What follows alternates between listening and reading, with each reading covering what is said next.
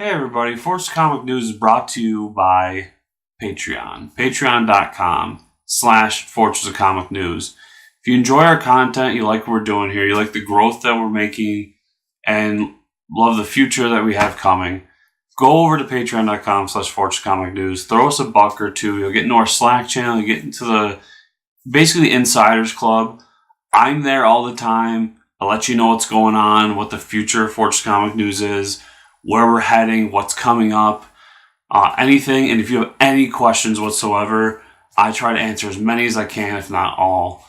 So if you have an extra buck or two, throw it over there. We really appreciate it. Hope you enjoy the show.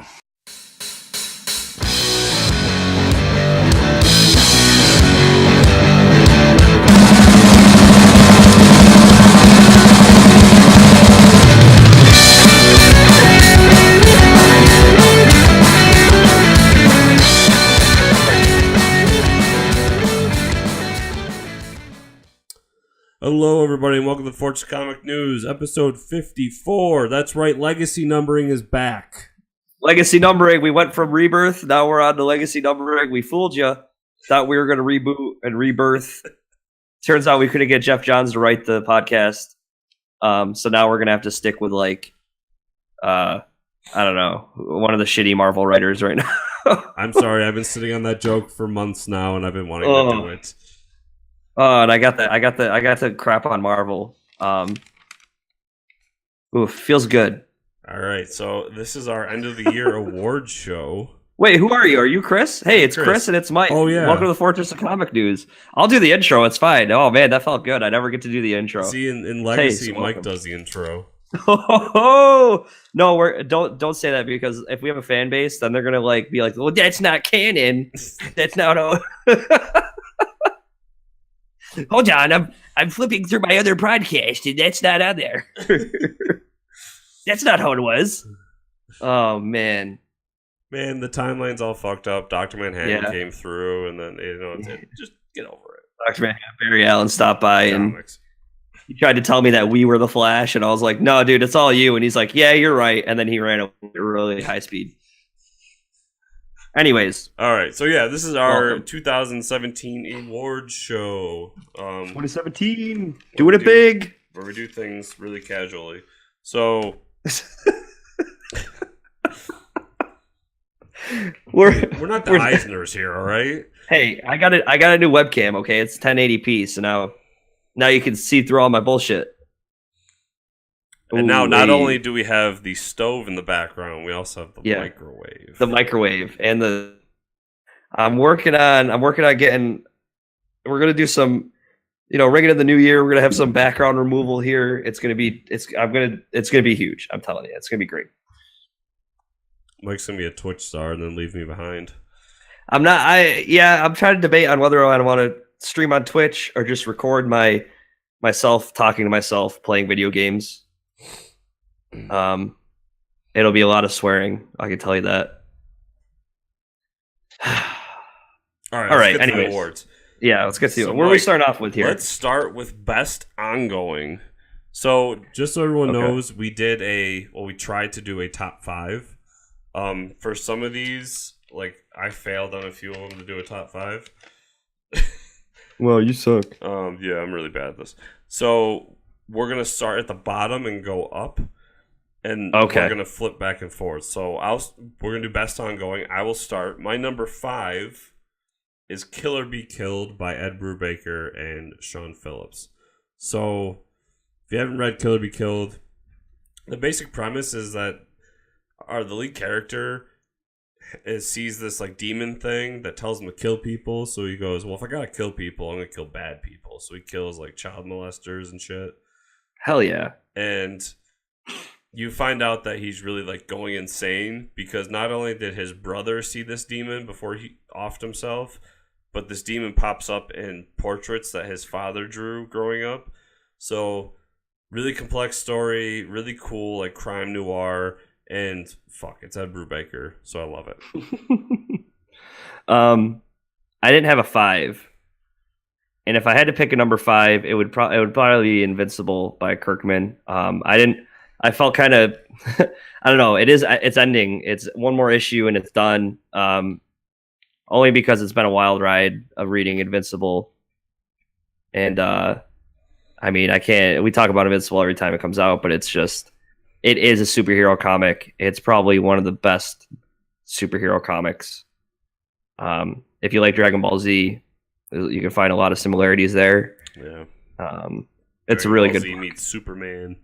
Yeah, Dragon Ball Z meets Superman. They're finishing up next month, so I'm sure they'll do a giant compendium of all of them, or start releasing compendiums of them. But it's the whole. There's so much weight to these characters for me because I've been reading it, and I mean, it came out in 2002, so it's been 15 years.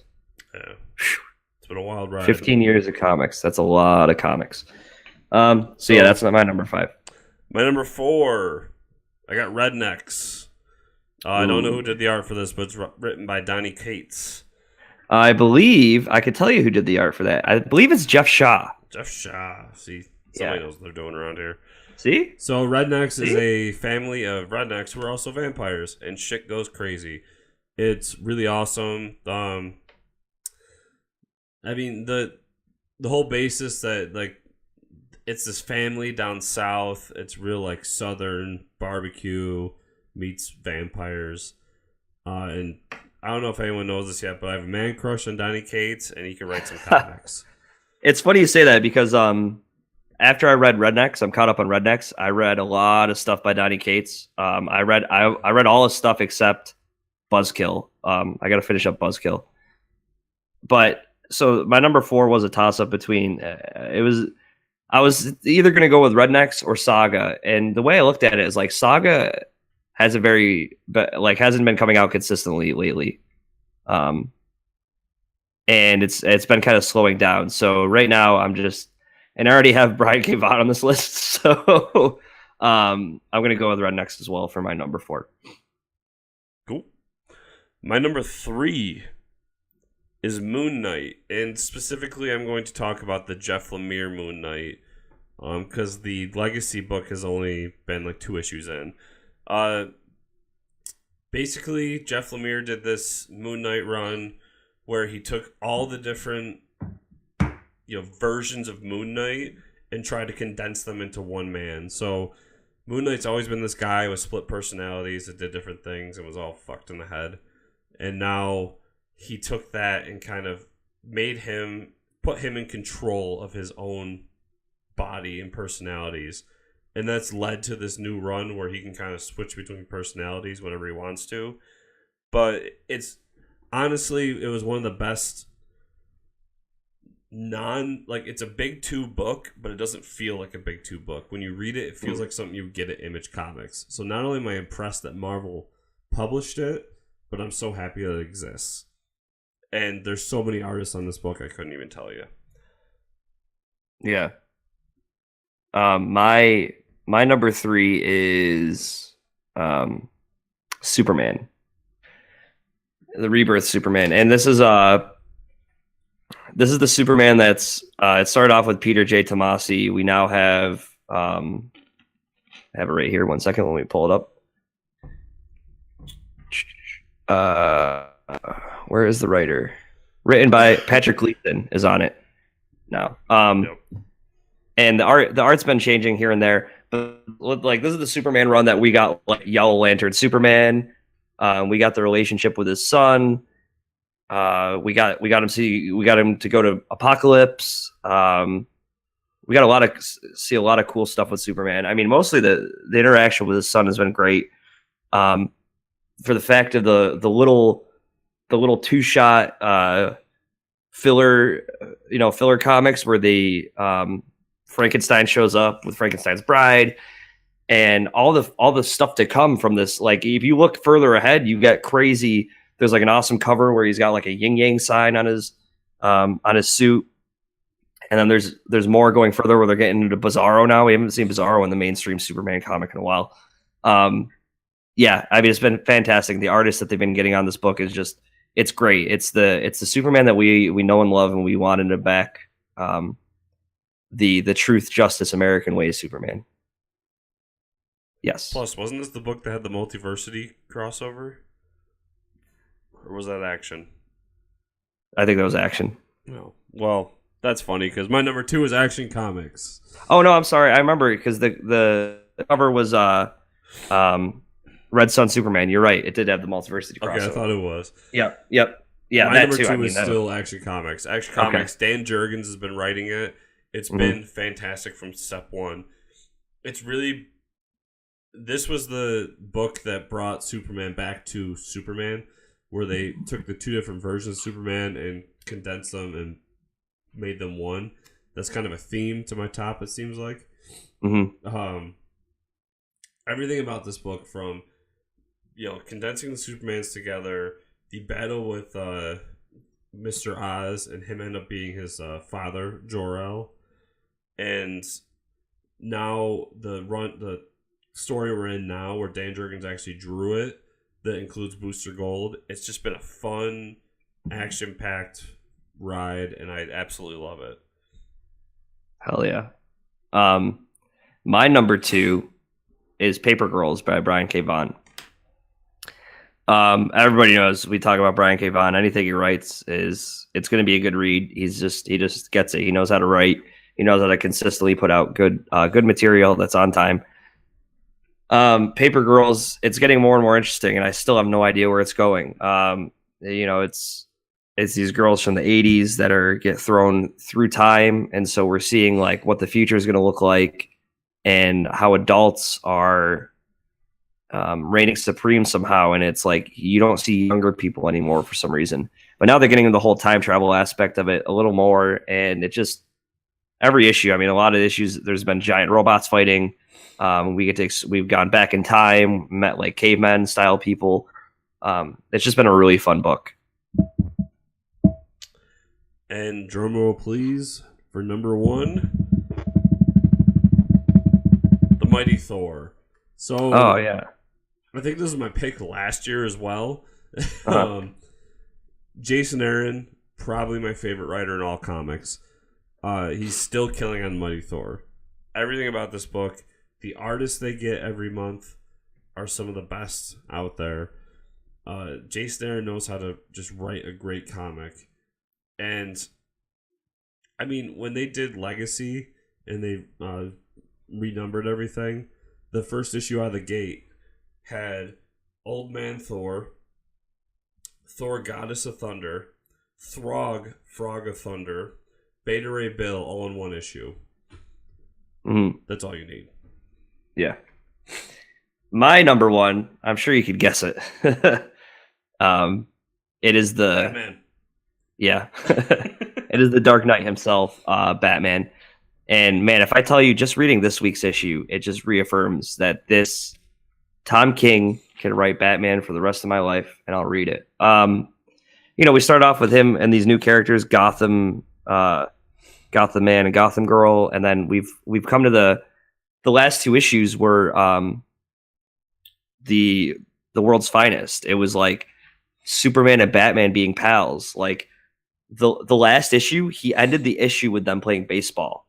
Like Batman, like Clark and Bruce were arguing, like if Superman pitched a ball to him, would he be able to hit it? And like they're like they're on like a double date, and so like Catwoman and Lois are like they're like getting drunk and like they're like arguing about, and then they'll both go back to like their wives and they're like, well, I don't know how he'd be able to hit the ball. And then like Bruce is like, well, he doesn't understand he's going to throw it so fast that the ball will disintegrate and therefore it won't count as a strikeout and all this stuff. It's like the end of the issue. It ends up with him throwing the ball and he hits it. And it was just like, it was an iconic cover from the World's Finest. Like you've seen that cover before with Batman and Superman playing baseball with each other. So yeah. Tom King gets it. And the things he's done with Kite Man, like give that guy an award. Holy crap. I mean, he made Kite Man so relevant in the DC universe and made me like shed a tear for Kite Man. So props to him. So we move on to the next category, which is my weakest category, to be honest. It's the best limited series. So I'll let you start with your number 5. I'm doing Dark Knight Metal for limited series. I mean, it's the event book happening right now. I think there's like maybe one or two more issues left. I didn't read this week's yet, but it's just been a crazy. It's been a crazy. It's like it is metal. Like the stuff that's been happening, the lore behind it all, the characters that are coming back from it. We get to see Plastic Man, how he's relevant in the DC universe.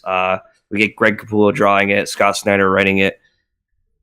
We get these all amazing tie-ins of the dark universe. I'm all about multiverse stories. So when you give me a dark universe, a universe where Batman has killed these heroes and taken over their powers or their identities, I love it. I don't have a number 5. You're number 4. Okay. Number 4 is Batman: The White Knight by Sean Murphy. We've talked about this book on here before. It's an Elseworld story. I think it's limited to 12 issues, written and drawn by Sean Murphy. And it's the take on Batman where he's seen as the villain, and the criminals that he's beating the shit out of and incarcerating, he's not doing with the best intentions, or with it taking into account everyone around him and how he affects their lives. And if he actually took the time to get these patients or criminals rehabilitated or let the cops do their job, it would be better off than having a Batman in the city, which we've all had this discussion before. I mean, he dresses up and punches people in the face. How much help is he really giving them? But yeah. My number 4 is Dark Knight's Metal. Everything you said, plus I read the most recent issue, and the book's fantastic. It's drawn well. There's a character that shows up in the most recent issue that makes me happy on so many levels. Oh man, I can't wait. This book has to really like go off the rails for it to be awful in next year. So yeah, that's my number 4. Nice. My number 3, Shirtless Bear Fighter. Anybody's listening to the show, you've heard me make sweet love to this book. I don't know, I can't get over how crazy this book was. It's just a lot of fun. Check it out. It's 6 issues. If you want something that's not so serious and it's got a lot of bear puns, this is the book. It's just the type of humor is just great. It's along the same lines of God hates astronauts humor for me. So number 3 for me is Star Wars Han Solo. So this book, I forget who wrote and drew this, but it was like a 5-issue series where Han is asked by Leia to participate in this race with the Millennium Falcon. And the big part about this race is that when they drop off to the different planets to refuel, they have rebel spies at these different planets that he has to pick up and then transfer away. The art in it is fantastic. The writing is amazing, and it's just a great look into Han Solo as a character that I really enjoyed. And honestly, I could have filled this whole list with Star Wars books that I loved, but I had to choose the one that I wanted, and Han Solo was definitely the best Star Wars book to come out this year. Awesome. My number 2 is Country. So we talked about Donny Cates and me catching up on all this stuff. I heard that, like, how can you read this stuff and not read God Country? It's 6 issues. It's about, when I heard the description for this book, I actually read it this weekend. The description was giant sword and like gods, like God of Swords, giant sword, and I was like, sold. That's all I needed to hear. It's a story of an old man who has Alzheimer's. He gets chosen to wield the God of Swords, which is a giant sword, and just the mythical lore that comes behind it, and him battling gods, and the gods are trying to get this sword back, and if he lets go of the sword, he loses his mind again. And it is a fantastic book. It's just great writing. It's all it is. And great art too, but check it out for sure. God Country. My number 2 is Batman White Knight. Did you say you read issue 3? Yes. Okay. So if there was I even thought about doing it. If there was a category for best single issue of the year, issue 2 was that issue for me. I ranted and raved about it to everybody that would listen to me about how much I loved White Knight issue number 2. And issue number 3 did not disappoint. The idea of like the corruption in the city and there being like a Batman relief fund and the disaster relief fund is just such a great idea. Yep. Everything Sean Murphy's doing, 3 issues in, I'm sold, and I love it. And I just don't see how this book can only go up for me. And like I said, issue 2 is one of my favorite issues of the year, and I think this series is going to go down as one of the best of all time. That's awesome. Yeah, I mean, it is a really good book. Where the hell is my last one? Oh, number 1, Mr. Miracle by Tom King. Tom King wins 2 of my number 1s. This book, kind of like what you said about Moon Knight, is what I'll say about Mr. Miracle. It's a big 2 book. It's a DC Comics book. It involves a new god. It involves a bunch of other new gods. The take on it is like, it's getting very existential because Mr. Miracle's a professional escape artist. What's the one thing he hasn't escaped? Death. And I mean, it's along the lines of, you see his relationship with him and Big Barda, and like, it's awesome. It's so cool. And the art is fantastic. It's just a great book. It's going to become a graphic novel, and then New York Times will say, okay, this is one of the year's best graphic novels, just like what happened with Omega Men.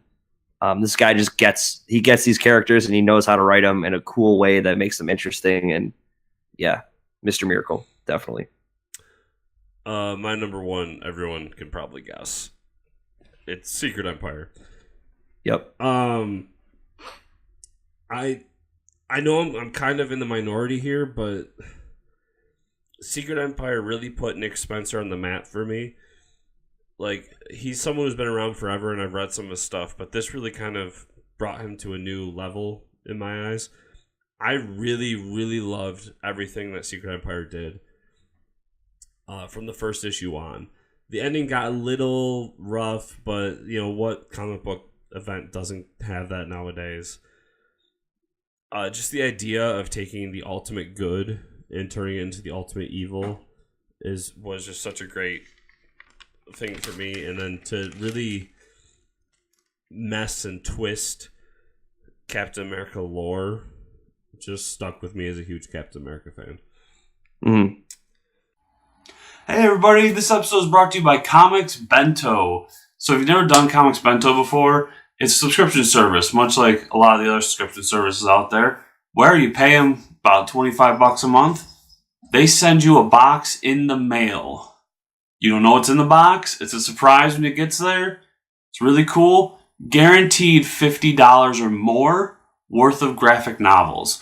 So what does this mean? You're going to get awesome graphic novels from DC, Marvel, Image, Dark Horse, so on and so forth. $25 a month, guaranteed to be worth $50. Now, how you show your support for Fortress Comic News? Go to FortressComicNews.com. You will see a logo for Comic Bento on the home page. Click on that and shop away. And you will show them that you support us here at Fortress Comic News. So, our next category will jump to favorite writer of 2017. Yeah. I will go ahead and start with the aforementioned Nick Spencer. Like I said, Nick Spencer wrote both Captain America and Secret Empire. A run of Captain America that I really enjoyed.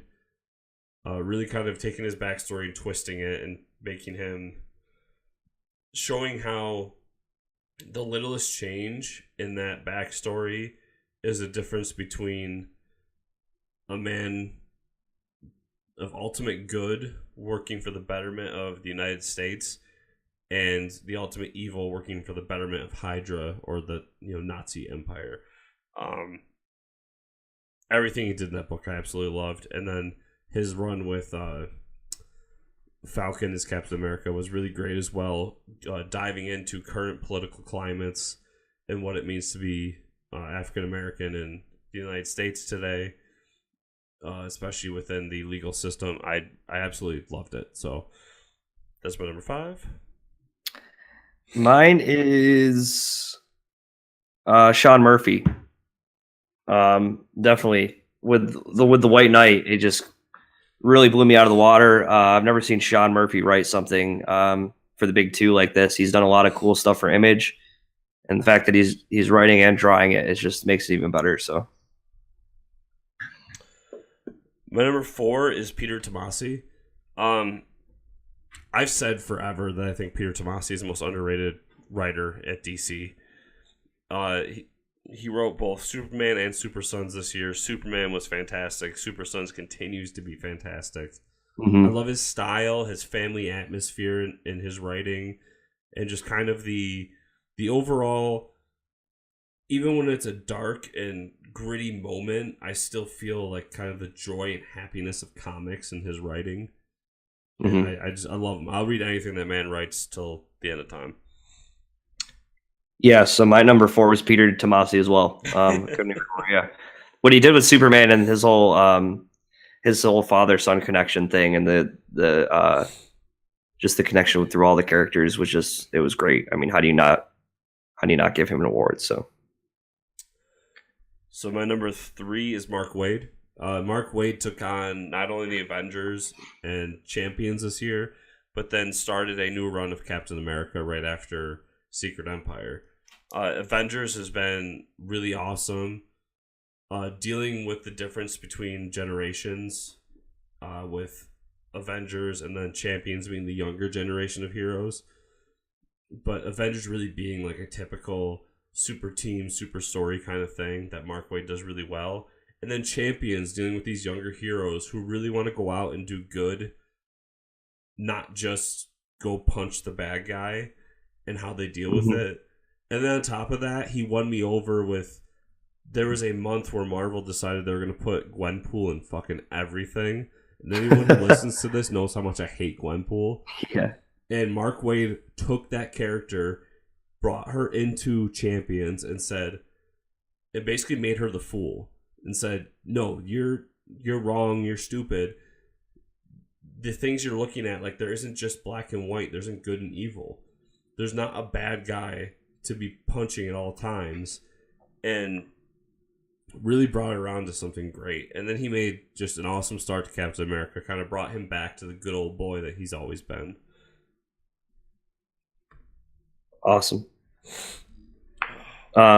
Mine is Brian K. Vaughan. I think enough said about Brian K. Vaughan between Saga and Paper Girls. He continuously puts out a book that's it hasn't been done before, and it immediately grasps you for this long run. They have no idea where you're going for years. He's gonna keep you wondering. So easily number 3 for me. My number 2 is Jason Aaron.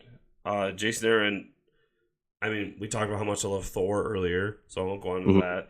He took on Star Wars and wrote such an amazing ongoing Star Wars book. With some great art with it as well. And then what really pushes him over the top for me is how much I love Southern Bastards. Southern Bastards is a book that I shouldn't care about. Yeah, same. I love that book too. On that book, I love it. So Jason Aaron's my number 2. My number 2 is Donny Cates, Chris's man crush. It's only because he got me to read Thanos. That one issue of Thanos really did to get me to read a Marvel book, and then after I read that single issue of a Marvel book, to turn around and read all this guy's Image stuff that he's done. You got to be a good writer. You got to be a good writer to get me to do that. Especially to be on board for to be talking about Thanos with people at a comic book store is that's what he did. and Ghost Rider. If you'd have told me like last week, oh, you'd be in the comic book shop talking about Ghost Rider and how cool he is, I mean, you're out of your fucking mind. Like the only time I found any interest in Ghost Rider was like when you told me he was riding I don't know, a mammoth, a woolly mammoth or something from like that weird Legacy issue. Yeah. Legacy. I forgot about Legacy. I was like, I don't give a shit about that. But man, you put a Thanos with from the future with a beard, take all my money. Take it all. So yeah, he gets my award for number 2. So no surprise that my number 1 is going to be Donny Cates. Yeah. Everything Mike just said. Absolutely love Rednecks. Doctor Strange is fantastic. Thanos, I worried about Thanos when he took it because Jeff Lemire was doing Thanos for a while and I really liked it. Yeah, yep. And then he comes in and I listened to one interview with him and he described what he was doing. And he reminds me so much of, like, I really want a Donny Cates, Greg Capullo book in my future because he reminds me so much of him because whenever he talks, like when he was talking about Thanos and Doctor Strange and all these books, the word metal just kept coming out of his mouth. Like, oh man, it's going to be metal. I'm going for this, like, metal vibe. And that's why I want those two to work together on something. But yeah, he really shows that in his Marvel writing and then his independent writing.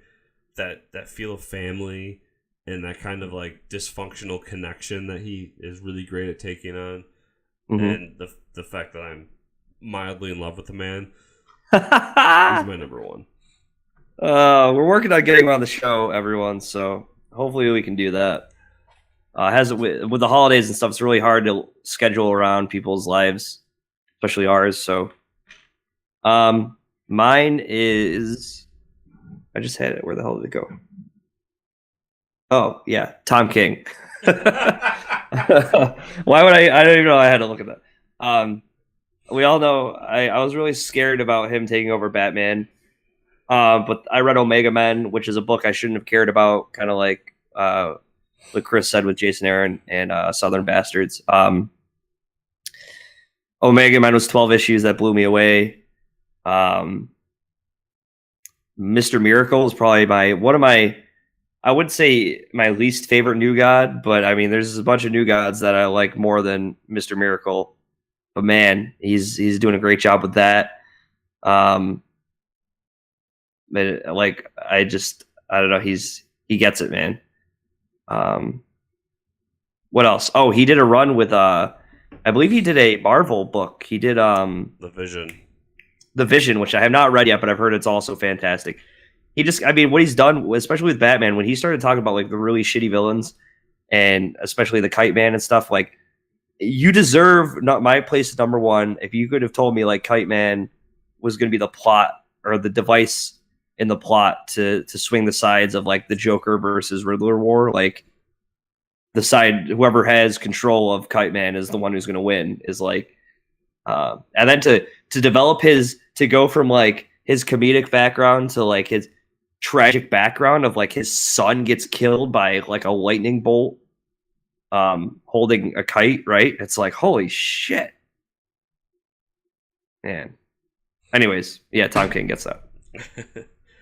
All right, so now we'll jump over to favorite artist. So my number 5, I don't think I can pronounce this man's name, but I want to say Stefan Sejic. And he's done like a lot of, I don't want to say weird, but like different books like Aladdin, and I don't even know who publishes them.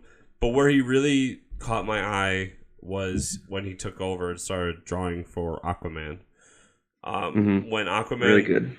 Made the turn and really they kind of like put the push behind Aquaman and they gave him the long hair again, all that shit. That issue stunned me when I saw it. And I started looking up the guy's work from the year, and I just think he's been doing amazing stuff forever, and nobody knows about it. And now that he's working with DC, he's going to have a bigger spotlight on him.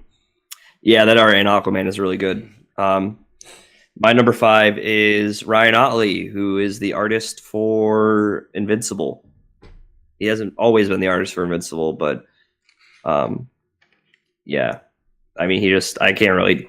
there's nothing to say about him. His art style is great.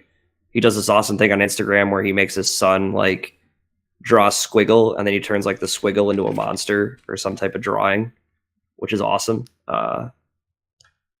Yeah, I mean, it's been a long and fun ride with him on Invincible, and the storytelling Invincible, along with how I picture these characters, the art fits it so well with him.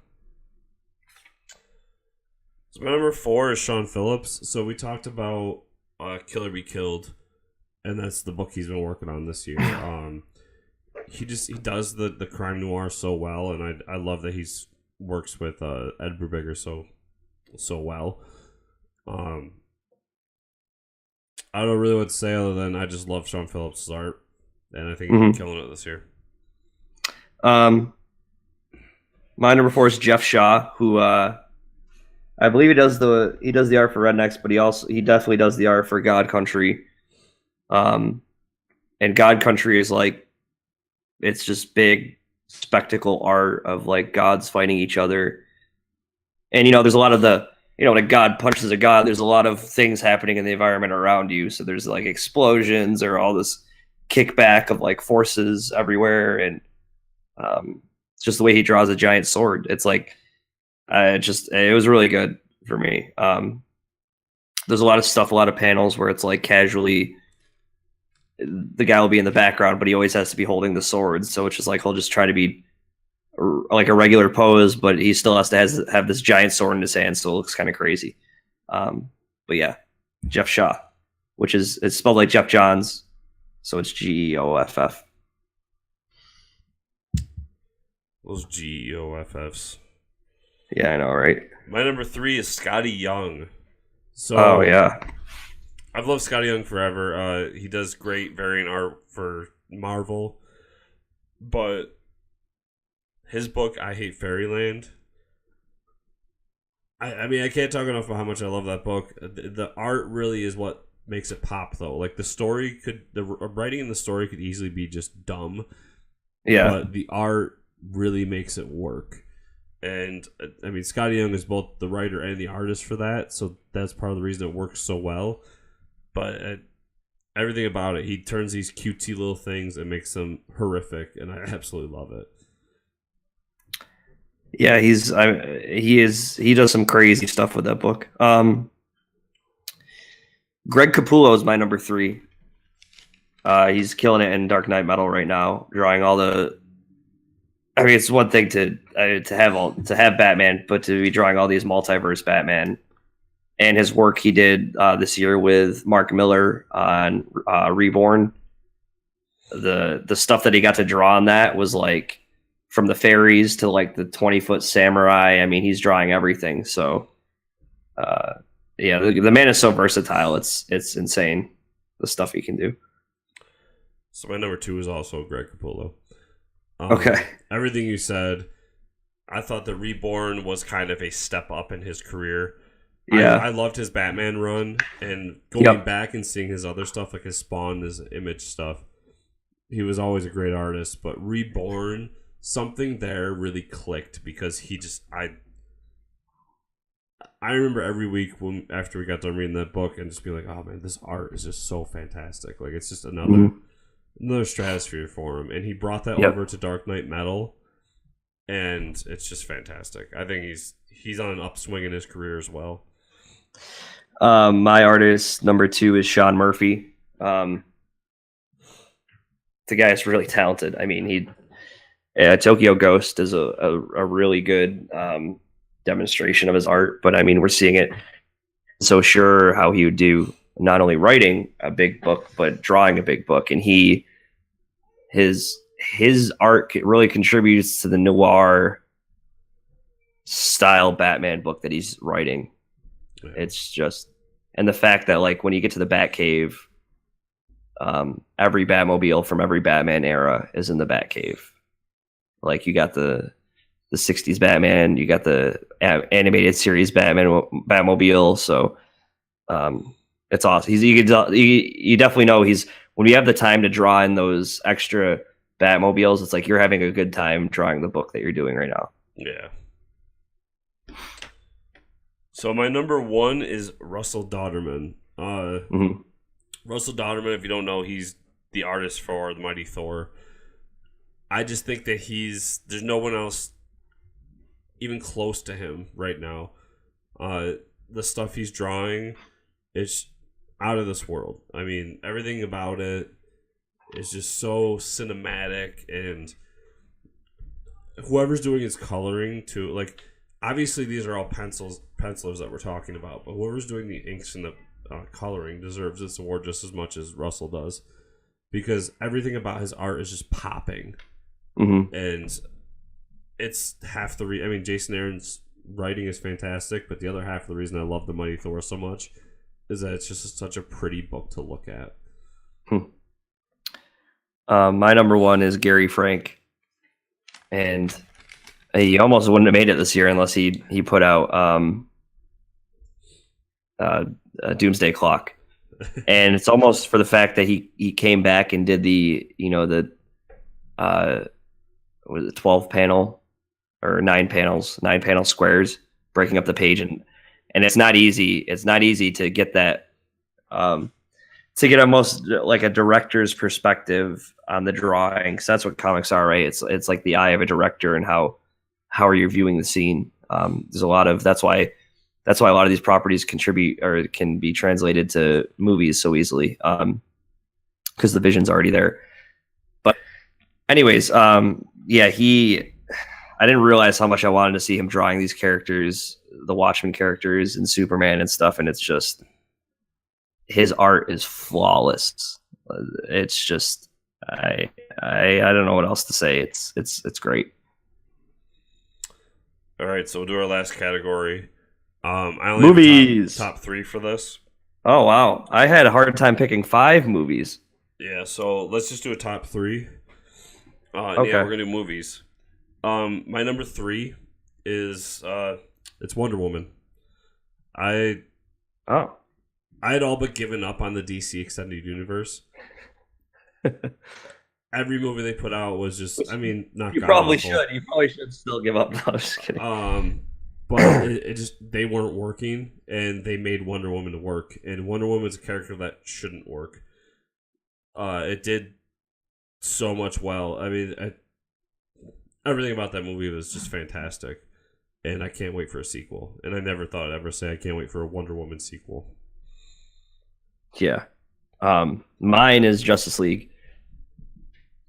And it's because I know everybody's is shitting on the movie, but man, it was so much fun for me. I loved every minute of it. I got to see all these characters coming together on the big screen. I was pleasantly surprised with all of them. There's nothing really I could say about it other than that, but we've talked about it already. My number 2 is Star Wars: The Last Jedi. By now, you've already listened to our Star Wars review and heard how much I liked it. I gave it the ultimate praise that I think it's my favorite Star Wars since Empire Strikes Back. And I just absolutely loved it. Everything about it. If you want to hear more, we talked half an hour about that. Yeah, my number 2 is Star Wars too, so that works out. Yeah, check out the review that we gave it last episode. And then my final is War for the Planet of the Apes, number 1. Oh man, I so many good movies this year. I don't know how you couldn't pick more than 3, man. Yeah, it honestly got to a point where it was like I had a 4A, 4B, 4C, 4. That's why I was just like, let's go 3. Yeah, we just got to do 3. Really stood out. War for the Planet of the Apes for me, like, I'm a huge Planet of the Apes fan. And that movie from beginning to end was just fantastic. Everything about it. We talked about it in depth in the previous episode. Yeah. But I fucking love that movie. Yeah. It's really good. I'm not an emotional person, but that movie made me cry. Like, yeah, just every part of it. I sit down, I've watched it like 5 or 6 times this year. Absolutely love it. My number 1 is Wonder Woman. And I talked about it. It is hands down for me one of the best superhero movies. The myth, the mystic, the folklore, the Amazons, the gods, The sense of wonder that she gets when she gets to when she comes to the man's world. The fight scenes, the no man's land scene was probably one of the best fight scenes I've seen in a long time. That's what you would expect for a demigod to do, taking on just average. It's just it deserves all the credit that it's getting. And Gal Gadot, I'm kind of like Chris is in love with Donnie Cates. I'm in love with Gal Gadot easily. But yeah, I mean, some honorary mentions though. I had such a hard time picking 5 because I mean, like Logan definitely deserves that. Logan is got to be up there somewhere. Baby Driver came out this year. And like you said, Planet of the Apes. I didn't even think about Planet of the Apes. There's It. It came out. John Wick 2 came out this year. Yeah, lots of good stuff. Thor, Guardians of the Galaxy 2 came out. Yeah, Lego so much Batman. Stuff. Lego Batman, I know it. I had that on my list too. I could have gone on forever, but yeah, so many good movies. So that's our last episode of 2017. We'll see you all back in 2018 with episode 55. So thanks for another great year of Fortress Comic News. Remember to find us at fortresscomicnews.com. And let's here's to next year being even better than this year was. Hear, hear. Ring in the new year. Thanks for listening, everybody. See ya.